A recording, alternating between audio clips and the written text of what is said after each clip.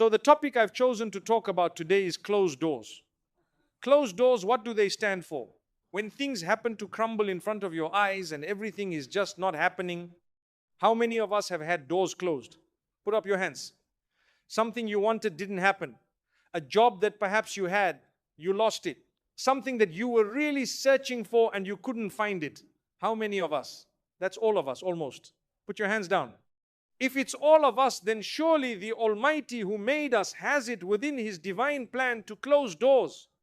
So we learn from the very beginning that Allah is Al-Ghafur Ar-Rahim, which means among His qualities, He is the most forgiving, the most merciful, the most beneficent, the most kind, the most compassionate. So why would He close our doors? You know, when you're young and you want to do something, and your mom or your dad knows that it is not good for you, you're too close to the swimming pool, what happens? Hey, come back, and you really don't want to. If you're very small, you start crying. When you're eating sweets and chocolates and enjoying them, and they know that there is a limit beyond which it will affect your health, your throat, perhaps do something negative to you, so they take away the sweets. Sweets are lovely, right? Chocolates are even more beautiful, right? Everyone likes these things, but they are unhealthy for you. So what does your mom do? Out of love, she takes them away. But you start crying and you cry so much, it's such a big tantrum, like the world has come to an end. Haven't you seen little kids? Some of us who do have kids, if you've witnessed them, you will notice they start yelling at the top of their voices when you are doing something for them that is very, very beneficial for them. For example, if a child is playing with a knife, you know what you're going to do? You're going to take the knife away.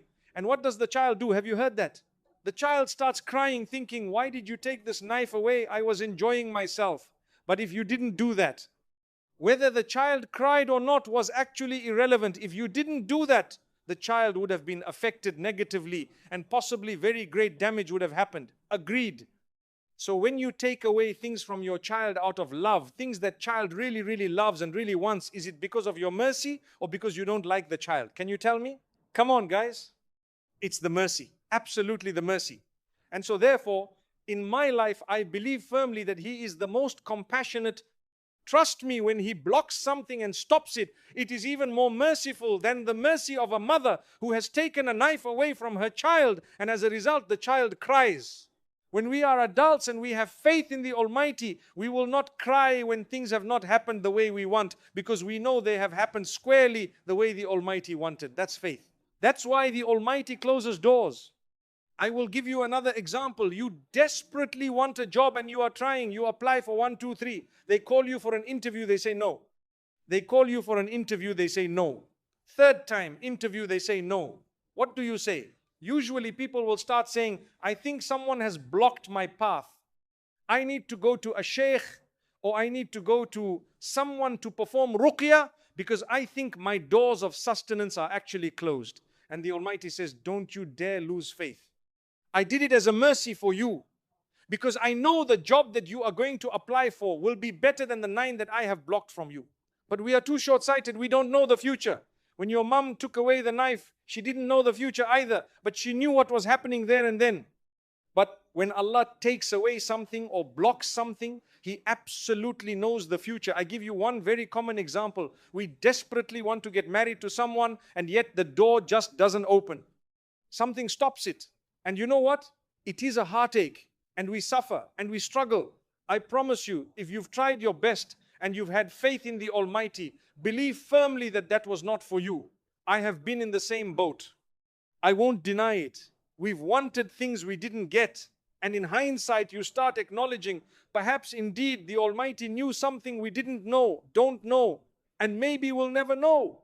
But one day, when we meet Him, we may ask Him if we still recall it, you blocked this door. I really wanted it. Tell me, if I had gotten married to this person, show me a video of what my life would have been like. Can you do that? Would the Almighty do that for you if you asked Him in Jannah? Yes, He would if you remember to ask. But here's the thing, would we or wouldn't we even remember this in Jannah? I don't want to say yes or no, but I highly doubt it. You know, we will be in Subhanallah Jannah, by the way, is paradise. So when we get to paradise, we may not remember many things. I've given an example during a motivational evening and even during other speeches of mine about the womb. You and I know that exactly 6 months prior to our birth, maybe 4 months, let's say 3 months prior to birth, we were definitely in the wombs of our mothers. I know that now.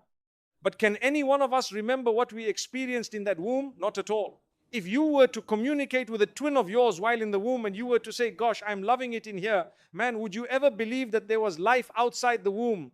The answer is no, you wouldn't. You would never believe it. To you, that was your world. Everything happened there. And you were perhaps wondering why the fluid coming into you was so tasty, but that was your mum eating perhaps a Bawan by mistake, right?